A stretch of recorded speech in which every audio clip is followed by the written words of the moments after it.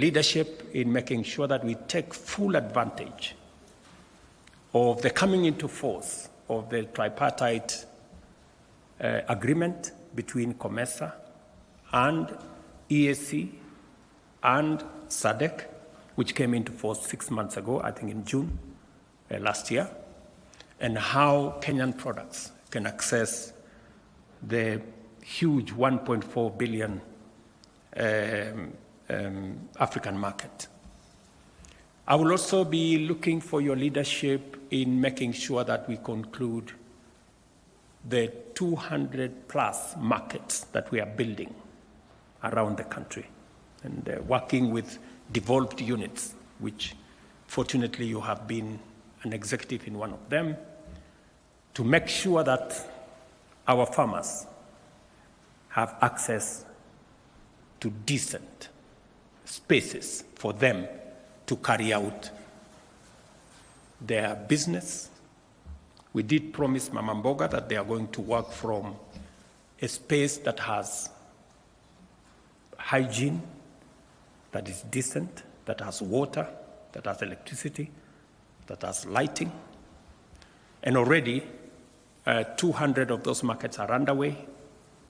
We will be working with your ministry to make sure that we look at making sure that that market ecosystem reaches as many of our producers as possible. I will also be looking for your leadership in matters to do with processing of what the Ministry of Agriculture and Livestock will be producing. You're aware, working with counties, we have 47 county aggregation and industrial parks. There is already a conversation between Government of Kenya and Government of India on how to equip those county aggregation and industrial parks and to establish common user facilities that will enable farmers and producers access to processing capabilities, value addition capabilities in that ecosystem. So there will be a full entry for you on how those will come into force. I will also be looking forward to you providing leadership on our special economic zones. As you're aware, we are establishing 6 new special economic zones in Dongo Kundu, in Sagana, in Thika, in Nakuru, both in Njoro and in Naivasha, in Eldoret, and in Busia. And just to give you a heads up, we will be in Busia on Wednesday, and probably you may want to find details of how that is going. I'm told it's going very well, but you will need to provide leadership in making sure that we conclude the first phase of all the special economic zones that we set out, because these are important for processing, value addition, agro business, and also providing opportunities for our young people to work. There is much more than I've just told you. I've just given you a heads up on some of the headline issues that we will be focusing on. And as part of building the ecosystem that will support the transformation of Kenya, which I am determined to oversee, and to make sure that we create as many opportunities for business people, for people who want to work. And that takes me to my brother William, namesake. In that space, your hands are full, William. Your hands are full. Because on your table you will find our connectivity plan. We made a commitment to roll out 100,000 kilometers of fiber optic across Kenya. We already have funding amounting to 48 billion to roll out the first 53,000 kilometers, and we intend to conclude that process of rollout before the end of next year.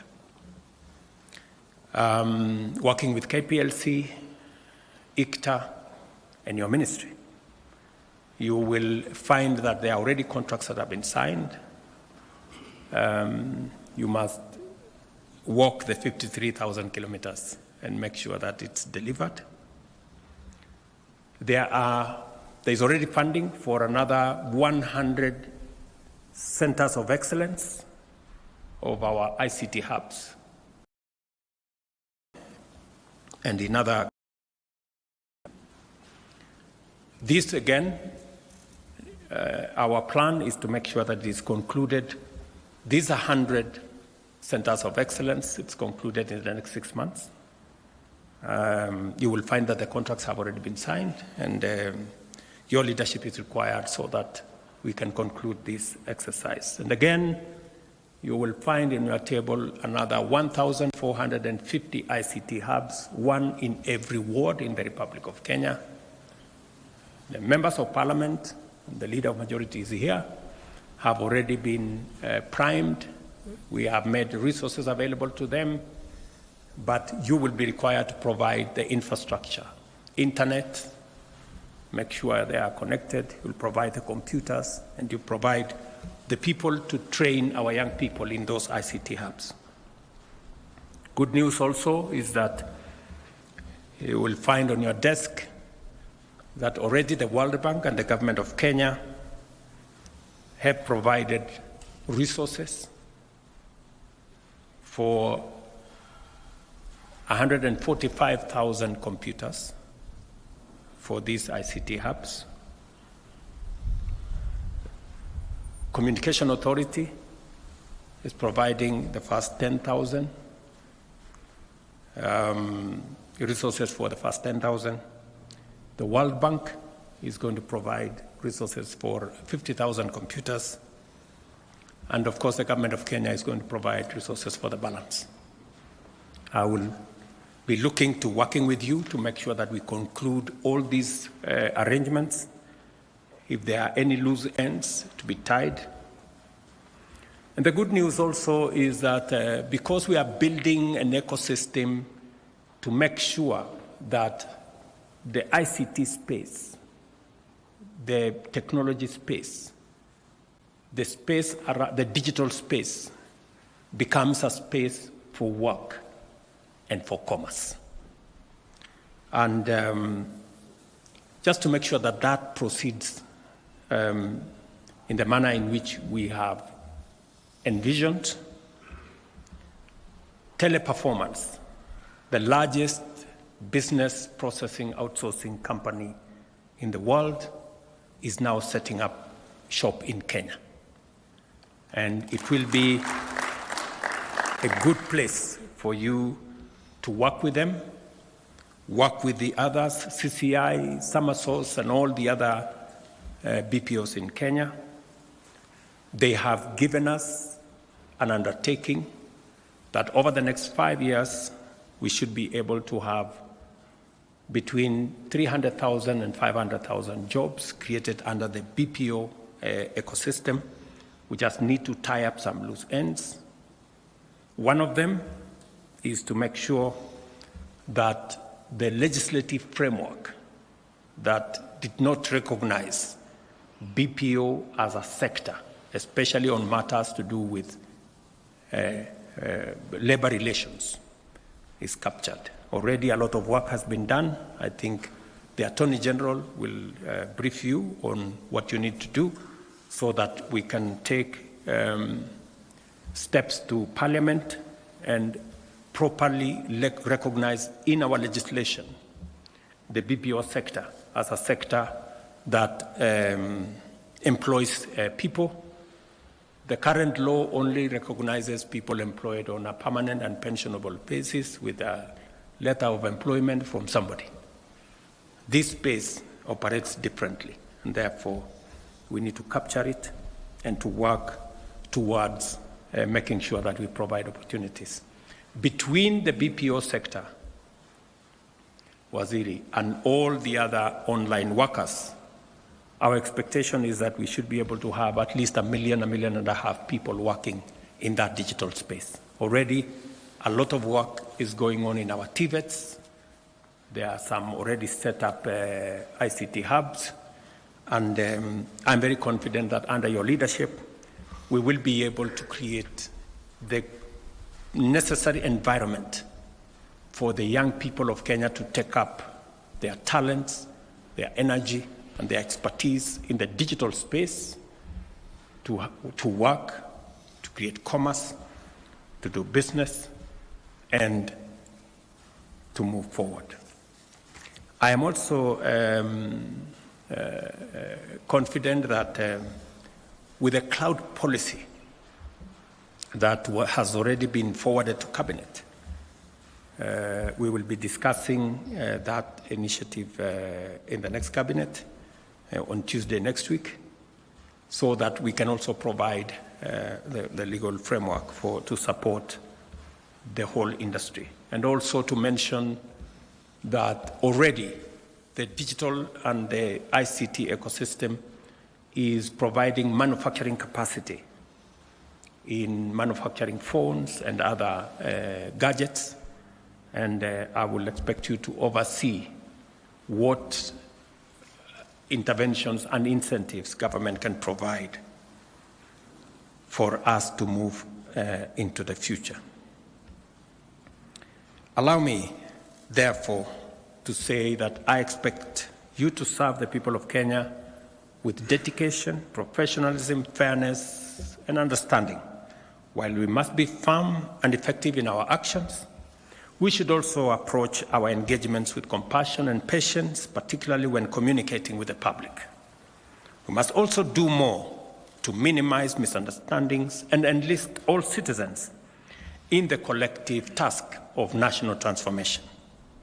With limited fiscal space and ongoing austerity measures, many are being asked to make do with less than expected.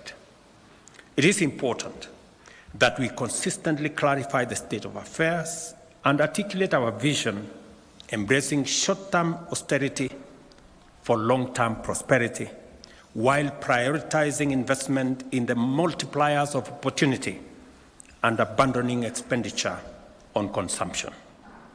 To articulate this position effectively, we must be transparent, accountable, and efficient in managing public resources. We must be excellent stewards of public funds, taking a strong stand against corruption and wastage. As the implementation phase of the bottom-up economic transformation agenda progresses, we must get it right every time. I trust in your ability, readiness, and willingness to provide effective leadership, and look forward to benefiting from your true and faithful counsel.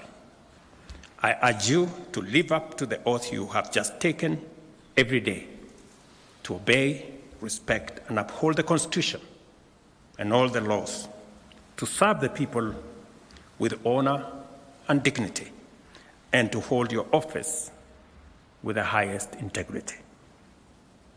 Most importantly, I hope you will strive to be the strongest and most reliable link in the chain of the executive.